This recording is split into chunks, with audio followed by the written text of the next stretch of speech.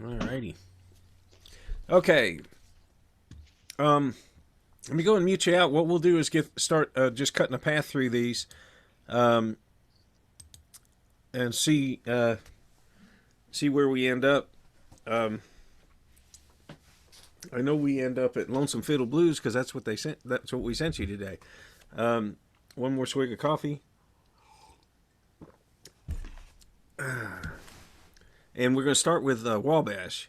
And we did that Doc Watson lick, added that in there last time, if I recall. And is there any question on that?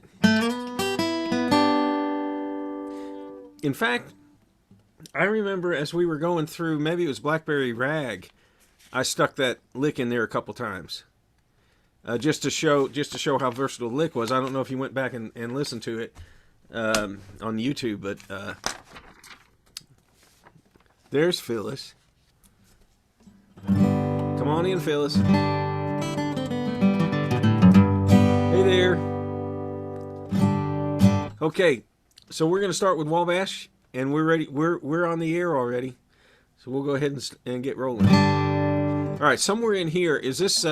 Shake your head violently to the right and left. This is too fast.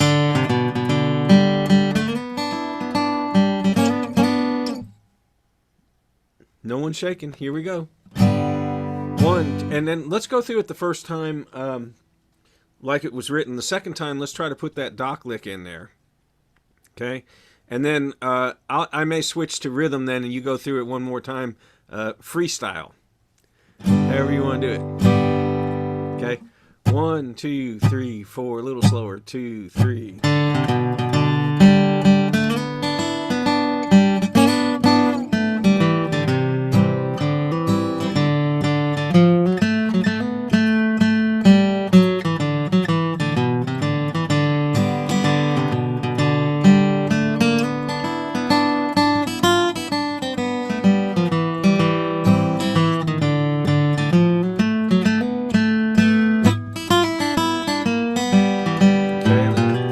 Doc Watson.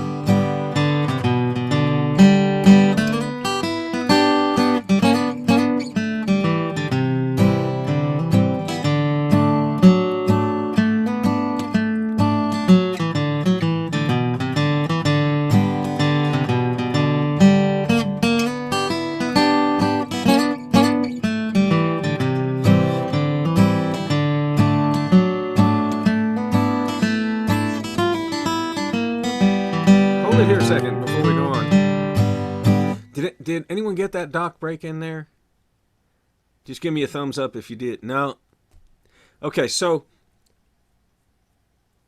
let's hit the first G lick that we're supposed to have in there. This one. Okay. Now, a brief overview. You're going to use your second finger sliding from the 3 to the 4 on the 3rd string, and it's down, up, slide, then close into your 2-finger F shape at the 3rd fret G. Okay? And your next hit after you do your slide is your 1st string on an upswing. Then your little finger is going to go down on the 2nd string 5, and then you're going to hit your 3rd string. And then take your little finger off and hit the 3rd string.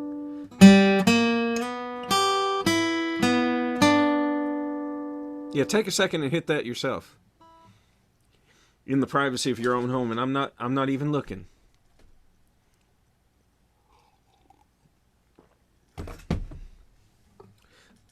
Let's hit it a few times. We'll put it in a loop. About here.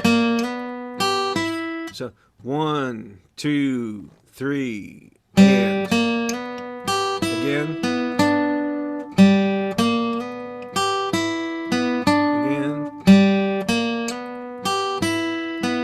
One more. Okay. And the only other thing that was different was you're holding your D shape, right, at the just using your 1st and 2nd finger, killing off your 1st string, and you're going to do this is like a folky thing. It's done in a lot of situations. 4th string open. Now you're killing your 1st string. So when you strum through that, you're not going to hear your first string. That's why we don't have to hold it. So it's 4 string open, 4 string 4. And this is a real important D shape, a D triad. Okay, we took the F sharp from the first string and we moved it down to the 4th string. But we use this a lot. If you wanted to do Wildwood Flower in the key of D, that would be where you start.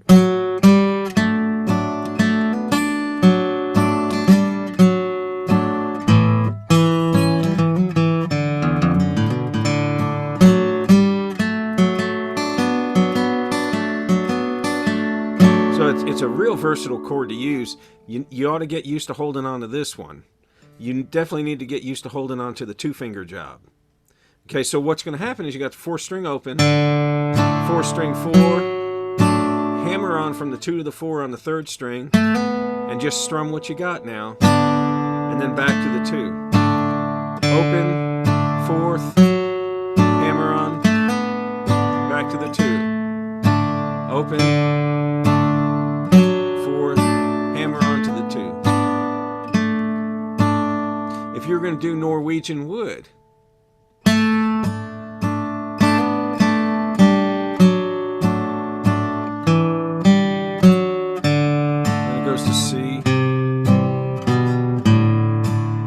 but it's out of this shape.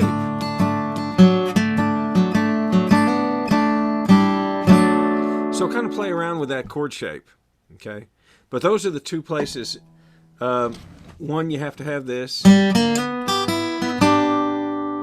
then it goes into the regular. So let's take it from the top really slow and see if we can get these dock places in there.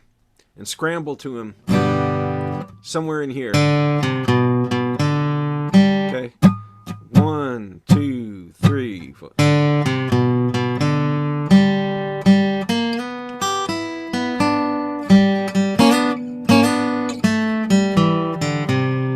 Here's that D now. Open 4 string, 4, hammer on, and then play it out.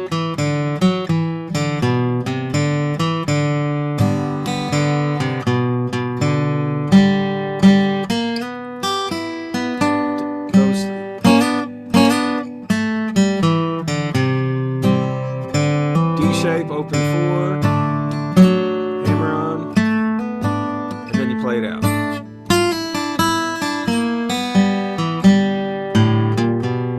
Back to the top one more time, same speed.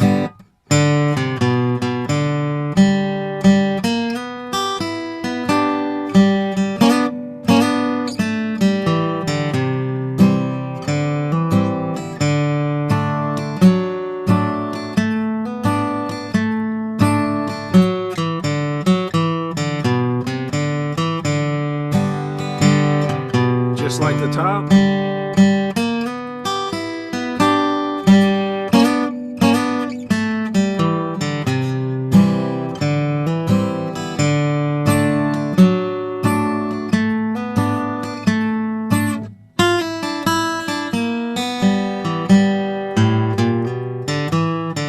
Okay. So if you pick it up, you'll have this.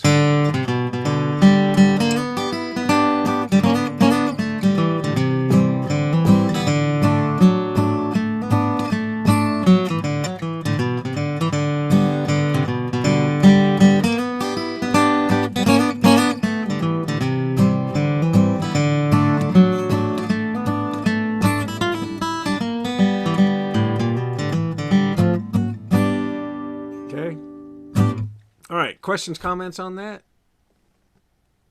Okay, get the 2 breaks down though. Don't be bashful on hitting that. I like the dock one. I mean, it's not a hard break to do, and it won't go all that fast. So let's check out a little temperance if there's nothing more to discuss there. All righty. Let me know if this would be too fast if we were in it.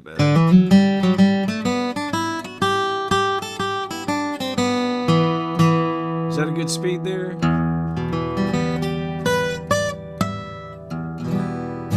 I guess we're okay. And the actual reply would be Okay. So I know if we're good. All right.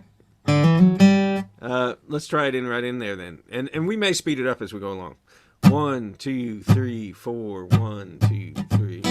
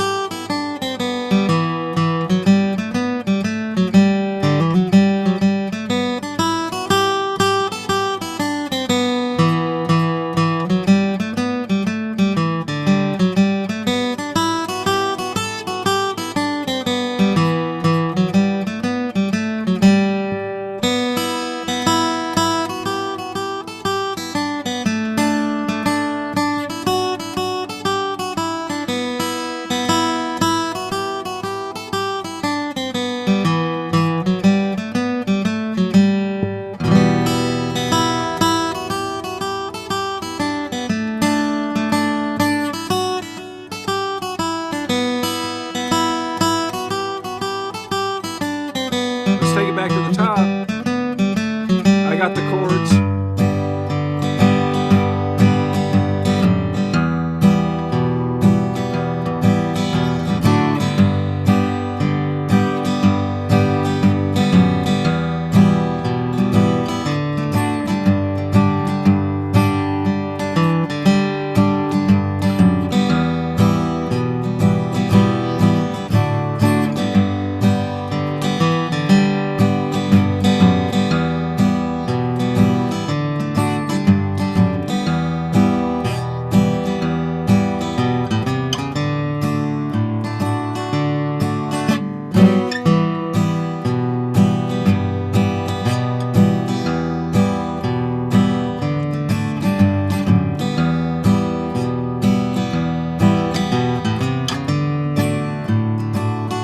Okay, let's switch after this. You guys hit the chords. Okay, you got the chords now. 2, 3, 4. Here you go.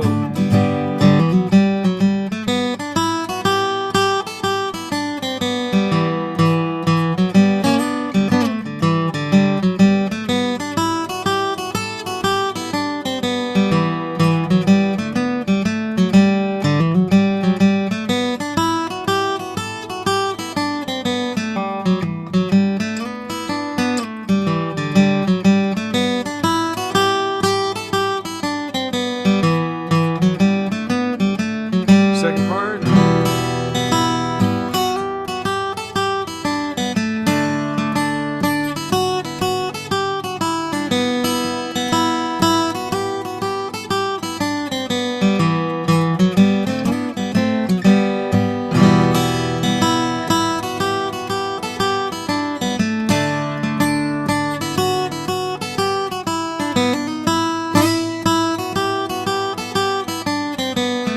All right, take it away. You got it now.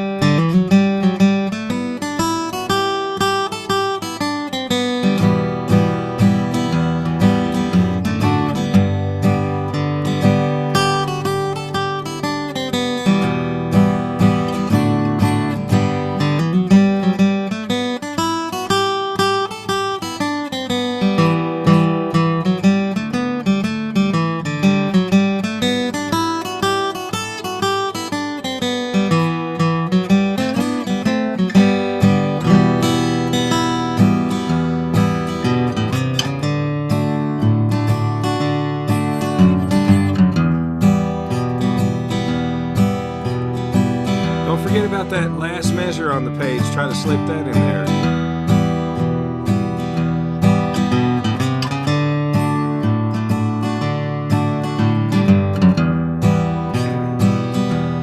We got time for it. Let's go back one more time. Here we go. We'll do it together.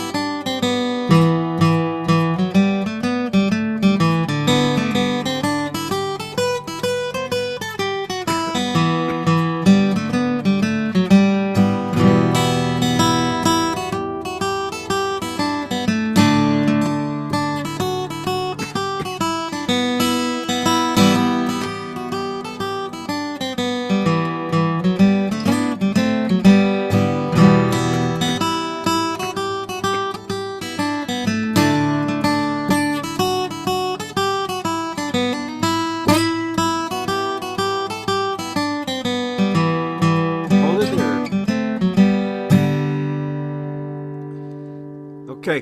Um, did we make it through there? We good?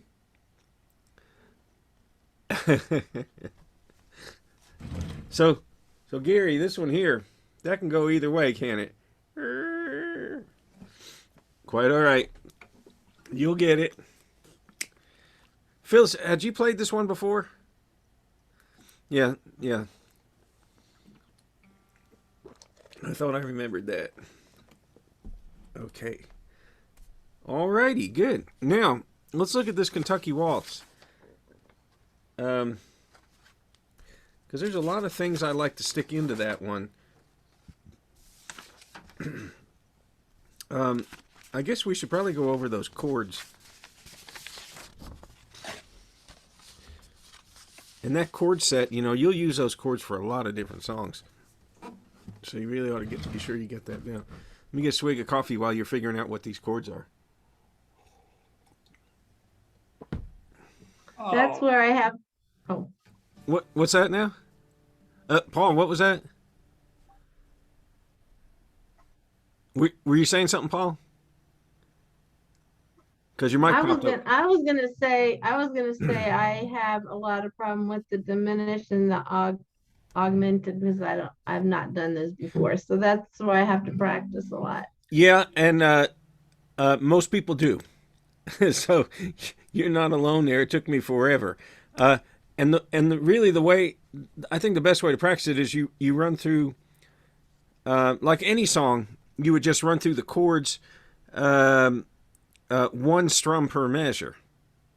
Right? And that way you're getting your fingers used to the chord sequence. Now, you don't have any trouble going from C to E minor, A minor, back to C. But it's the C to C sharp diminished. So you would strum one C and strum one C sharp diminished. Then back to the C, and then back to the C sharp diminished.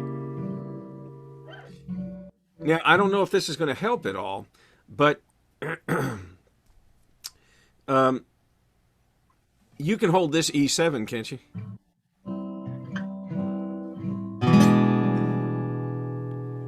Right, just the E with add your little finger for the 7. Mm-hmm. And can you jump on that one? Let me see. It's like that, right? Well, just there at the nut. You see what I mean? Just holding the E and then add your little finger. Oh, okay, yeah. Right? And the only difference is that finger comes out from there to there. Oh, okay. Oh, see, it makes it easier if you have some kind of recognition on it. Yeah. A diminished chord, this is a cool fun fact. A diminished chord is one note away from a 7th chord that you already know. So, in this case, it's this E7. That makes it. Okay? If you look at the first 4 strings, this is another diminished shape. And the way you get to that one, let me show you the easiest way first, is you'll hold a D chord, and then go back 1 fret, and then go over 1 set of strings. And then add your little finger on the first string. What's that? It's a diminished, just the same as the other. So it's every note you're holding. It's a E flat diminished, a A diminished, a C diminished, a F sharp diminished. It's a diminished shape. But if you took your, do you have it down there? Are you holding it, Phil?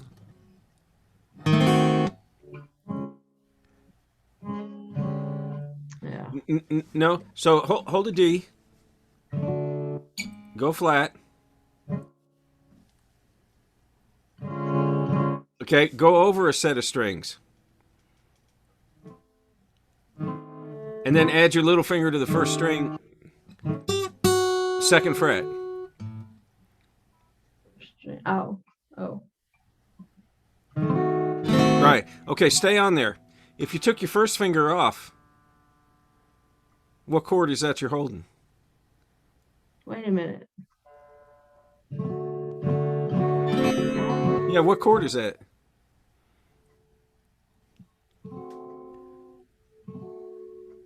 You don't. D7. A No. D7, yeah, it's a D7. is it? It's one note away from a seventh chord that you know. Okay. So you add your first finger back on, you have your diminished shape. Okay. Okay, and I'm going to run this one by you real quick. If I took that and moved it up one fret, okay, this is one note away from an A7. If I took my ring finger off, my first two fingers are holding the A7. Right. My little finger's holding the G on the first string, which makes it an A7. And then my third finger's going to the third string, third fret. That turns it into a diminished. So one note different from a seventh chord that I know. It's really a cool chord in that way. Okay, but your deal was this C sharp diminished. So what you can do as you're going for it is go for the E chord at the so your second finger's on the fourth fret. Add your little finger, push your ring finger out.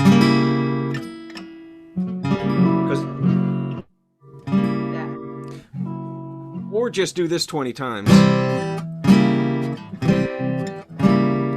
That's that's kind of what you have to do is get the sequence.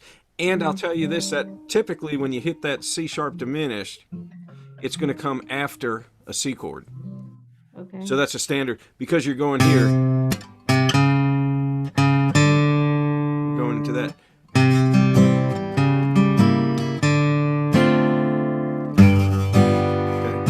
Okay. Let me cut your mic. I think that's yours. Okay, and let's run the chords on this one time. And there's not a cheating way to get past that diminished. So you just try to struggle and get one strum of it in there in the measure, even if it's the end of the last beat. You know. Okay. So we're going at this speed. What about this part? Are we okay there? Okay. All right. Here we go. Somewhere just about that speed. Okay. 1, 2, 3. 1, 2, 2. E minor. Is this too fast? Let me know.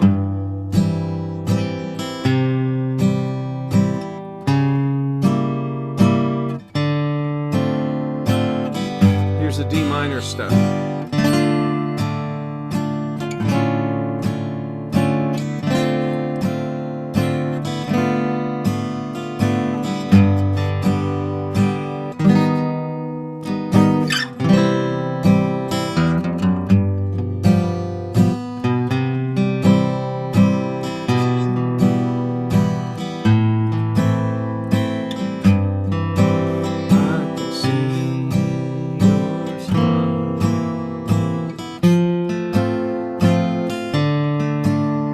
Where we have the B flat 7.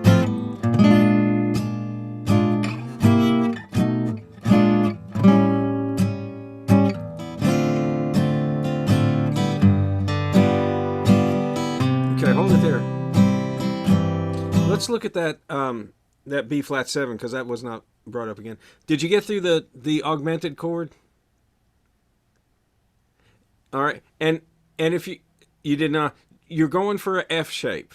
That's all it is. It's a F shape on the middle strings.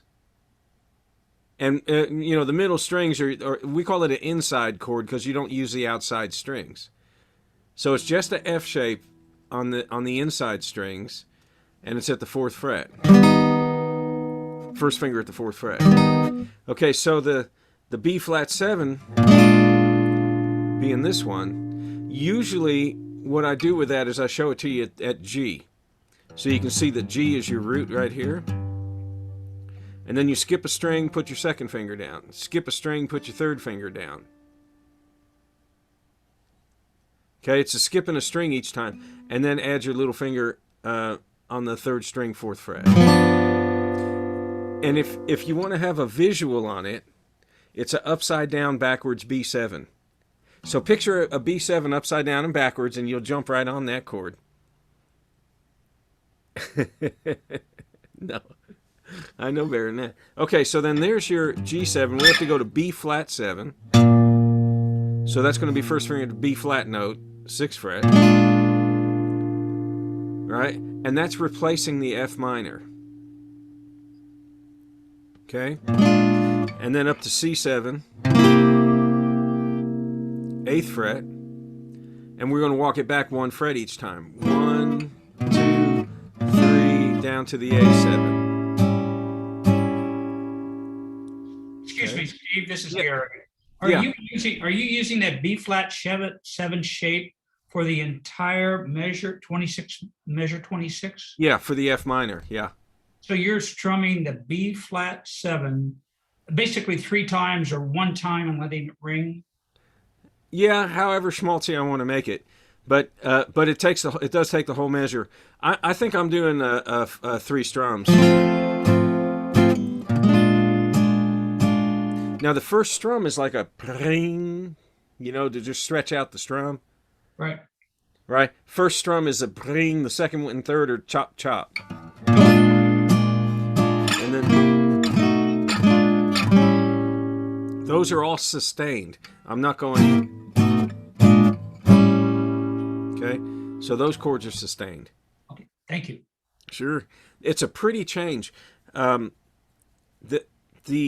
major to the minor occurs quite a bit, particularly in like the ending of a ragtime song. It'll happen. You'll have like a.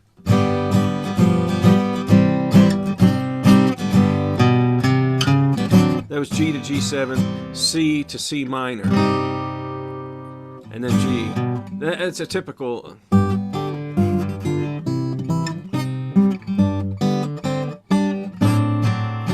To go around that circle. Typical ending. So when you look at the F to the F minor, we're actually subbing would be a 4/7. Right? That's what's that's what the substitution is. So an F to an F minor can be subbed out by from an F to a 4, which is F, G, A, B. In F, it's a B flat, and you make it a 7th chord.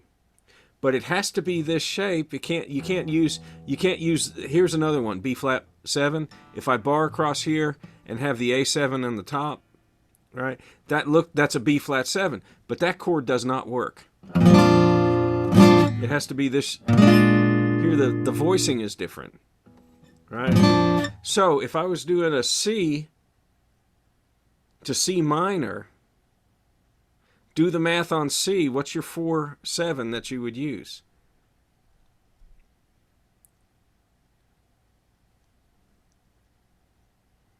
C. Any clues?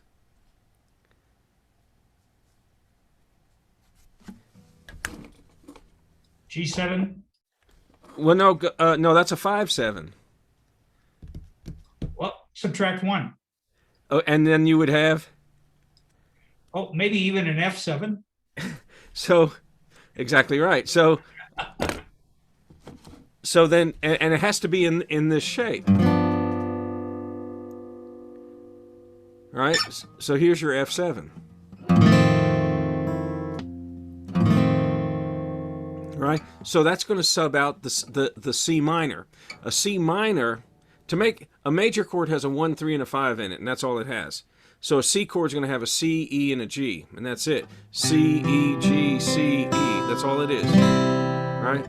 To make it a minor, you flat the third. So it's a C, E flat is your third, and then the G. The E flat is right here. The E flat is right here. Major to minor. The only difference is flatting that third. So here, I have the flatted third right here. I have the C right here.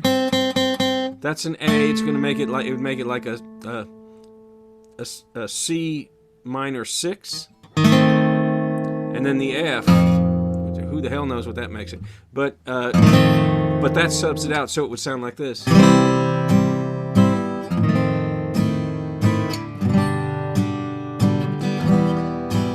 That's how the sequence would go.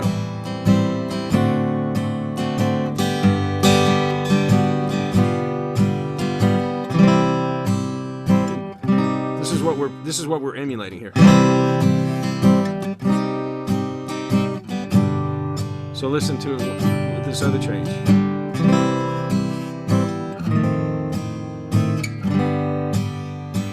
Now I did choose what notes I wanted you to hear on the G chord. For example, I could have done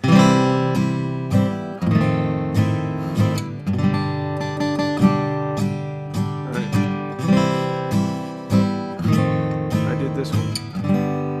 So I went. That's the melody on the chords I wanted you to hear too. Okay,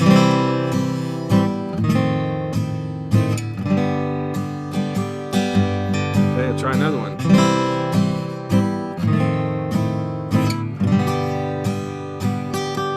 Triumphantly now going to the first string. Yay, you know. Anyway, fool around with that. It's nice. Look and see what songs you have go major, minor, and then back to the one. Okay, because that's really what it is.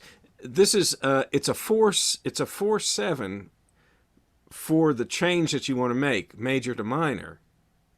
But I'm looking at this now in the key of G. So it's really when you have a 4 to a 4 minor in the key of G. In this case, for going for C to C minor, it happens quite a bit. There's a waltz I do. Let me see.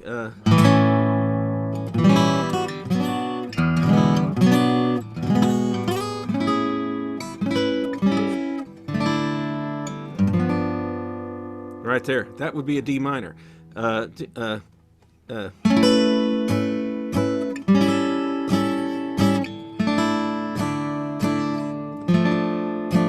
minor. And instead of that D minor, I'm going to a 4/7. What 4/7 of D? D, E, F, G.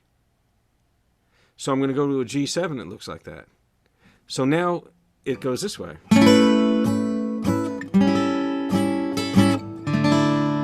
There's my D that we were talking about. That's a pretty change. But it's just a subbing out a D minor. See what I mean? So whenever you have the major go to the minor,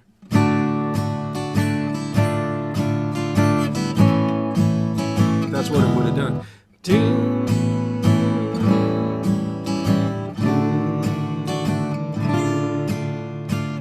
And you've heard that kind of change before. So try slipping that 4/7 in there. Okay? It's really cool, but you got to look for the places that you already know that have it. You know, if you don't, you'll just do it for this song and not think about it. You know, you got to look for it. Okay, let's hold that part there. Let's play through the melody on this.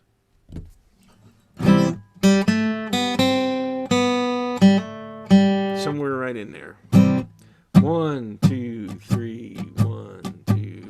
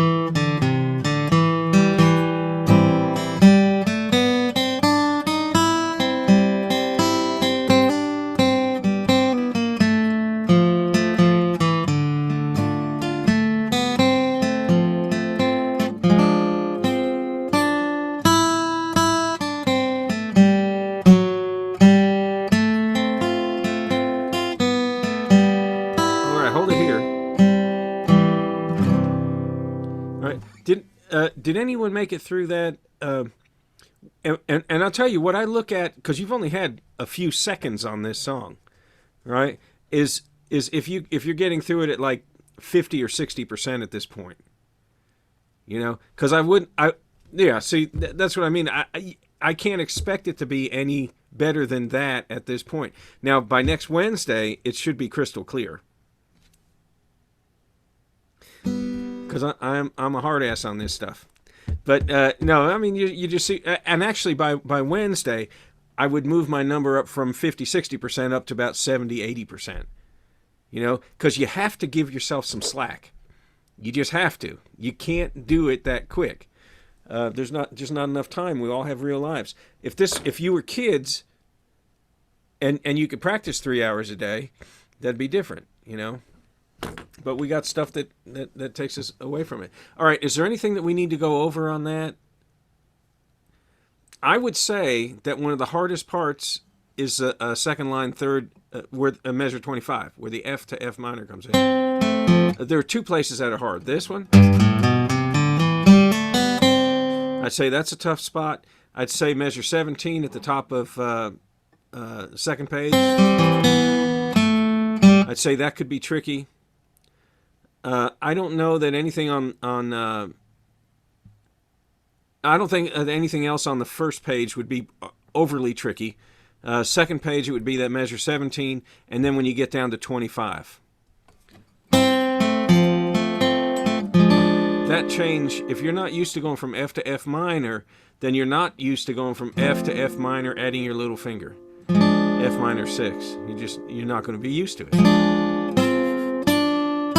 Okay, so go ahead and bone up on this one, because I do want to add some stuff in it next week, and next week will be our last one until we get back in January. Okay, all right, because there's some really cool stuff. In fact, let me play it for you now, so you won't be so overwhelmed on Wednesday when we start going through this.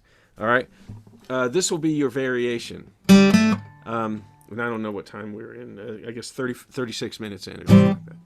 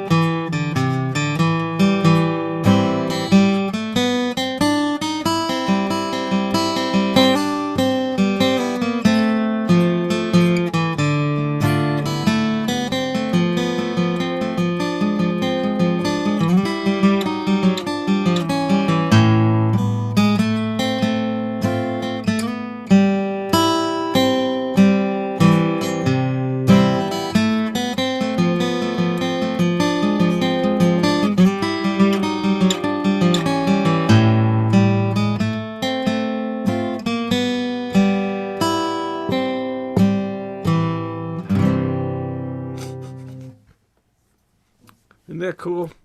So hold down a 2-finger C chord and practice this over and over. Just hitting the first beat of measure 17.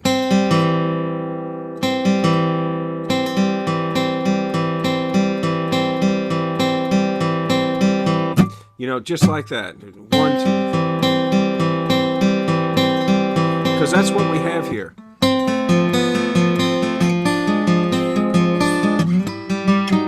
It's just that. Okay? Because the rest is just holding shapes. Is no big deal whatsoever.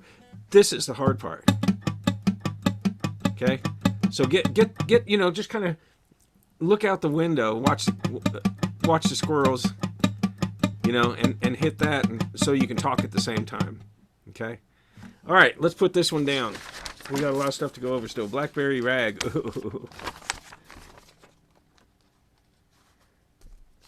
Alrighty. Again, this one we're going to play it real slow. I would not expect any more than like 50% accuracy on this one at this time. Which also means if you're a little under that, it doesn't matter. You know, we're just trying to get through the tune here. But you know, every tune that we do has some really great techniques in it. We're not doing Blackberry Rag to learn Blackberry Rag. We're doing it to learn the techniques that are in it that you can use in other songs. So let's see if we were at...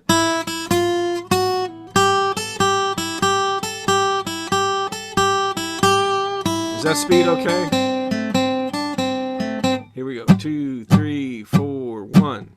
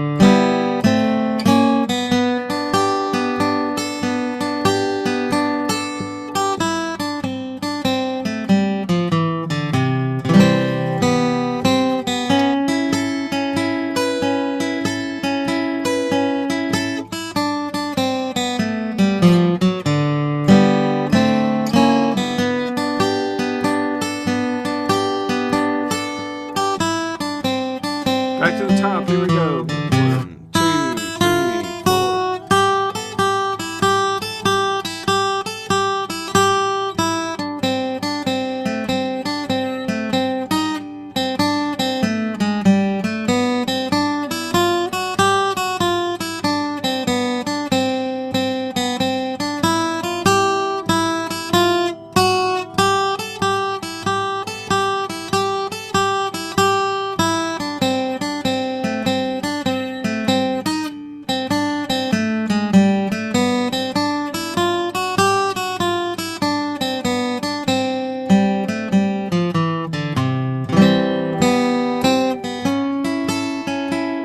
Good.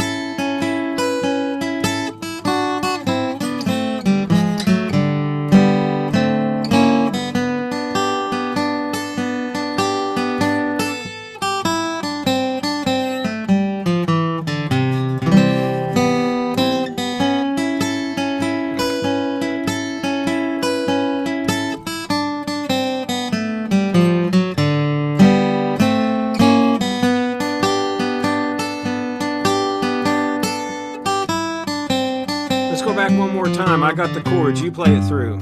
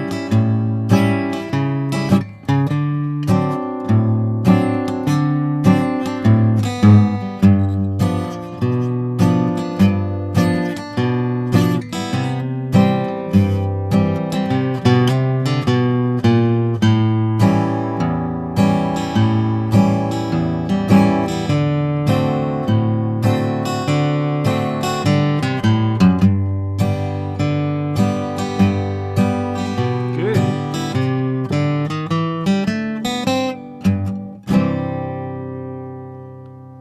Okay, I think it gives you a better idea what it sounds like when you have the chords going on in the background too. Good. Did you make it through there at 50 to 60%? Somewhat okay? Good. Good. Alrighty. Any questions or comments on that one? Keeping in mind, this is one of those 30-second tunes.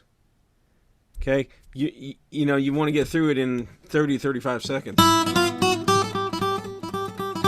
So, until you got it down to about 45 seconds, you're not close to getting done with it. And you know, it wouldn't hurt. We got a couple minutes here to talk. When you're practicing, the author strongly suggests that you go through like Blackberry Rag 20 times. Right? Do it 5 times. Put 5 little tick marks on the back of the page.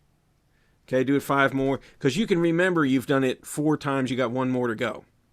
You can't remember it if you try to do it in blocks of 10. Am I on the 7th time or the 8th time? I can't keep track anymore. And then, so do it 5 times, 5 tick marks. Right away, do it 5 more, 5 more, 5 more. It's 20 times. Then go ahead and write the date underneath what you just did and time yourself playing it. At what you think is full speed, giving yourself, back to the around 80% accuracy. Give yourself mistakes, but just plow through them, because we all make mistakes. It doesn't really matter. And they're just a record of 3 seconds ago. They're gone. Doesn't matter. You know what I mean? You just plow through it and try not to do it again. The more you go through it, the more you filter out your mistakes. That's why I keep saying let's go back to the top, because the first time you play through something, it sucks. The second time, you're going to weed out a few mistakes that you've made, and that's kind of probably what you've been doing. And then the third time is you're probably maxing out on your concentration level, because I know I did. On the third time through, is did I do that right? Or and then you got 2 more times to go. So 5 times is plenty. Clear the banks out. Try it 5 more again. Time yourself. And then the reason I say put a date there is because you're going to do this you're going to try to do that every day, and the more you do that, the closer you get to that 35 seconds. You may be at 1:10 the first time you do it, doesn't matter.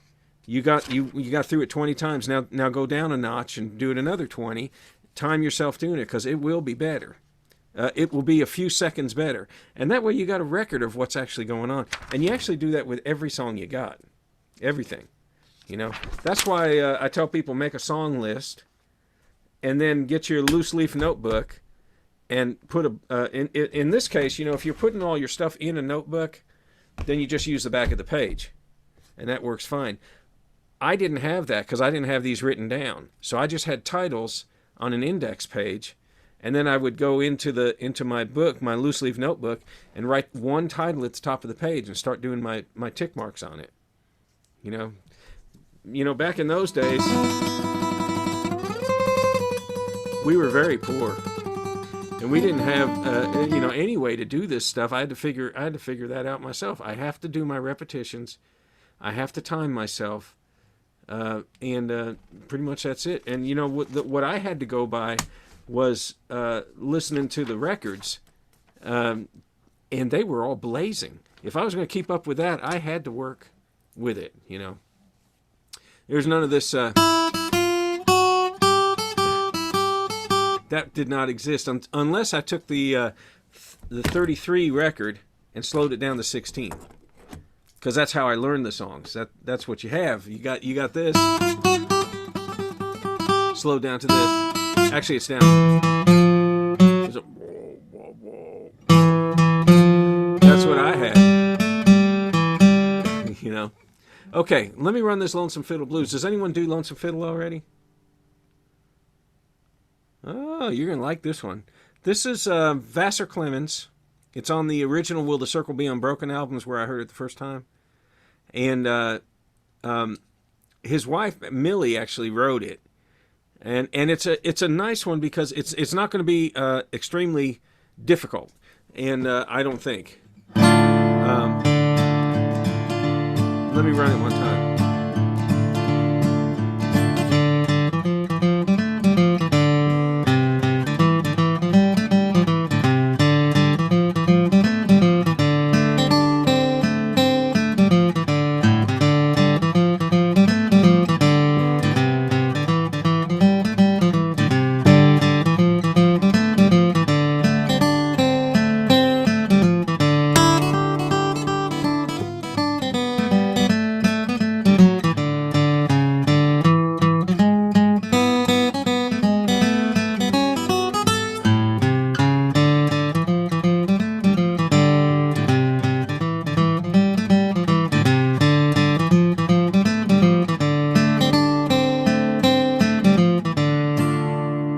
Okay, so this song is made of 2 parts, A part and a B part. A part goes twice. So it's A, B, and then back to the A. When it goes back to the A, what I ended up doing, instead of doing a coda or a DC al fine, I put a first and second and third ending. So when I go down to the last line, second to last measure, I got a repeat sign, takes me back to the top. Then I come down and I skip the first and the second ending, which is the repeat to the first part and then the whole second part, and I go down to the last measure. Okay, and really the last measure is just like the first and second ending, except it just ends there. All right, all the notes it's just the same. All right, so now in this one I'm going to play this mostly in second position, because I don't have any first frets in this whole first part until I get to the end of the part. Second line, third measure. So I'm going to use my first and second finger even when I'm doing C stuff. Okay? It's real simple that way. Okay, use your first and second finger for the D minor. Now I'm at the C. I'm going to use my first and second finger. I don't have to play back here. This finger would just be sitting here waiting to do something and nothing would happen. Okay, so move it up one. These are your fastest two fingers. They go the fastest. There's no doubt about it. So use them. You get plenty of work with your other fingers. Don't worry about, well, I'm not using my other fingers enough. You will. Don't worry about it. All right, so anyway, start with your first and second finger. And it's a two beater at the end there, right? 1 and 2 and 3 and 4 and. Then it's the same as the first line again. Okay, here, when I hit that fourth string open, now I'm going to shift back into first position because I got that 1 coming up. And somewhere in this first ending, I'm going to use an open string to get back to second position. I can wait till then, or I can do it right after the first two. And shift up. But I want to be ready for the next, for going back.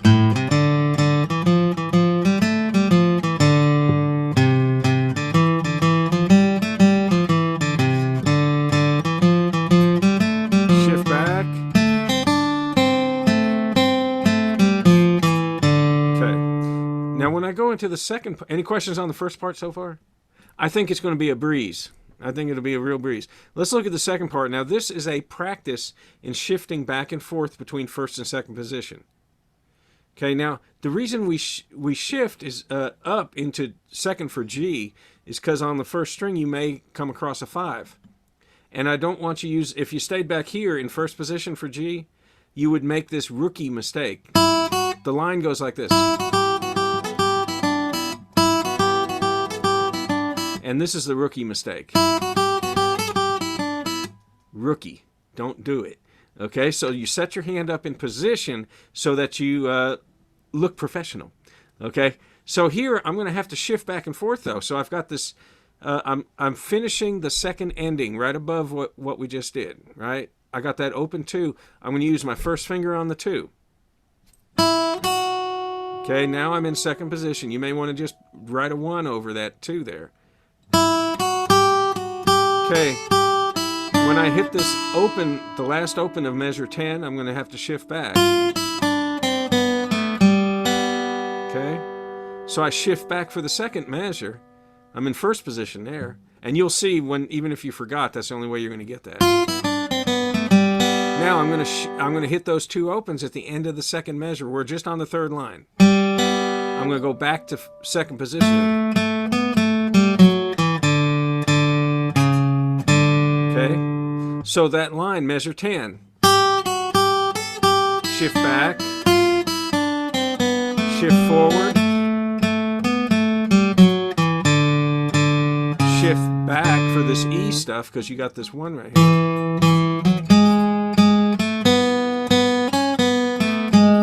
E stuff is done in first position.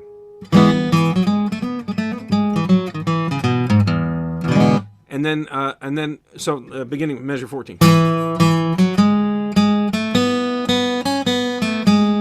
In this A measure, one of these open strings is going to be my vehicle to shift forward again. Gesundheit. So I'm starting with this second finger on the A measure, shift forward. Okay, so really calculate your shifting back and forth. So watch this here, second part. end of the second ending. Okay, now I'm going into measure 10. Shift back, forward, shift back,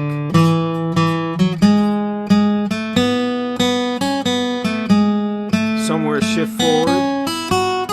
Now I'm ready for the next part. Back to the beginning. 3 and 4 and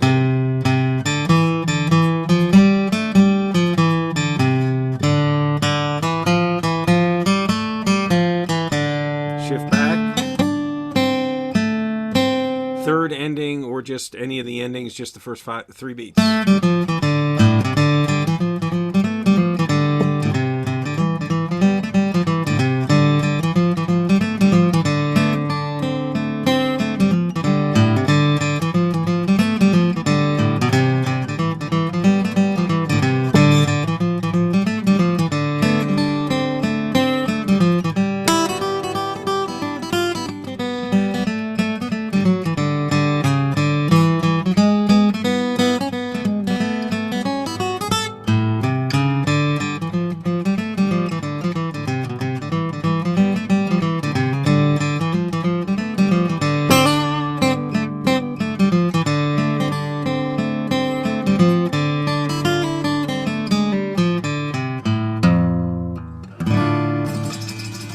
Wait for it, wait for it. It's a great tune, and it's a really good jamming tune. When you go, you've probably heard it before, and you've probably been to a jam where they played it, and you probably said, "No, I don't know that one." You know, I mean, it's a killer jam tune. It's been around for a long time. Vassar Clements, I think it was 1972 or 3. If you go to YouTube and type in "Lonesome Fiddle Blues," you'll see a whole bunch of people that have recorded that. Nitty Gritty Dirt Band, Newgrass Revival. It was a real big jam tune for them. What they would do would be this. While this was going on, they were just jamming against the D minor, and they do that, of course, 10 minutes, you know, and then they would break it about that speed. Okay. These are the ones. Okay, questions, comments? Okay, good luck with it. I don't think you'll have any trouble with it. And I'm looking forward to seeing you guys on Wednesday. Okay? All right, if anything comes up, just holler at me. All right? Let me let the lady talk us off. Oh, yeah. I have a question. All righty. And I don't know if you can even address this in this class or not, but I play Somewhere Over the Rainbow with another banjo player. And I play it in the key of G, and I can't figure out what all the funny chords are, so I just play regular chords. So at some point, do you think you could show me what those chords are? I can. It may be easier if you email me on that. Okay. And I got these chords. I got the grown-up chords from Don Stierenberg when I played with him in Chicago, outside Chicago. And you were there, Gary. It's really pretty.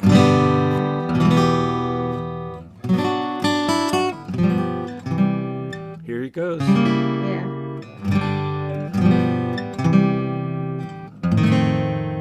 That would have been a C minor, but now I'm using the F7, E7. So actually, real quick, it's G, E minor, B minor, G7, C sharp diminished, G, G7, C minor, G, E7, E echo 7, A minor, D7, G. Turn around to D7. And then the second part, G, A minor, D7, G, G sharp diminished. Let's see, you could use this one.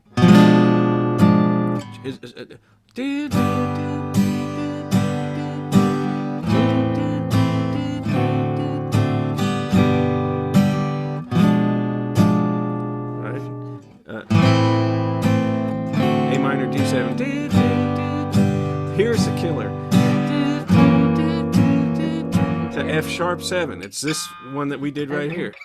F Okay, sharp. okay. Okay. B minor, B flat minor, A minor to D7. So the second part. So that's all G.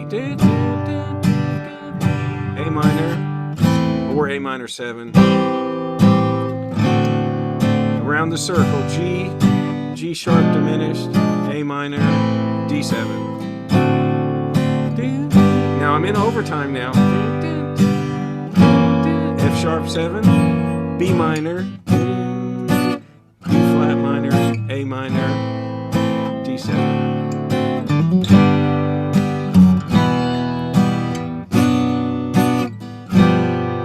G7.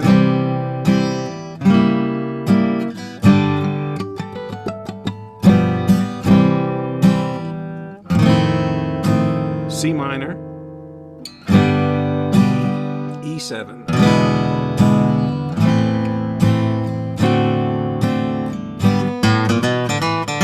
So if they're doing it bluegrass,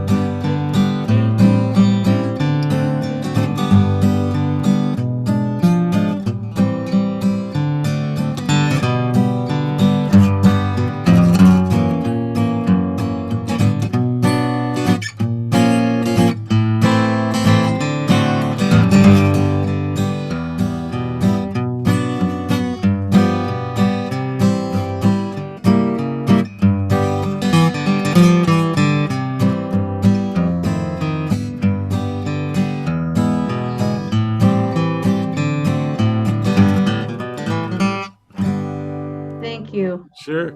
You guys ought to learn that. Those are great chords. Thank you. Yeah. Good stuff. Okay, kids, we bet. Oh, yeah, it is recording. Okay, good. You'll have it on recording. All right. Hey, I better roll. I'm going to have them knocking at the door. We'll see you Thank guys you. Wednesday. Looking forward to it. Let's let her talk us out.